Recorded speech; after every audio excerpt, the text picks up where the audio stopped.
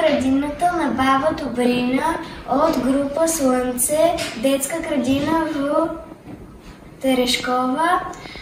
Мама Мини заведе своето послушно дете след училище в градината на баба Добрина, за да му покаже как растат цветята. Зайчето Венци се изненада в градината.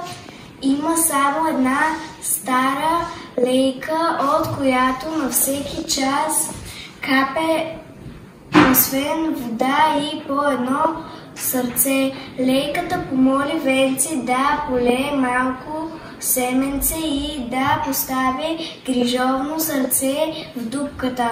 Малко семенце усети любовта на зайчето и бързо се показа от почвата. На другия ден Венци покани госпожа Мариса заедно да посетят градината на баба Добрина. Госпожа Мариса с радост прие поканата. Заедно видяха, че освен водата, любов изпраща и слънцето, а малкото семенце вече е голямо зелено растение. Цялото лято Венци и съучениците му помагаха на баба Добрина за цветята.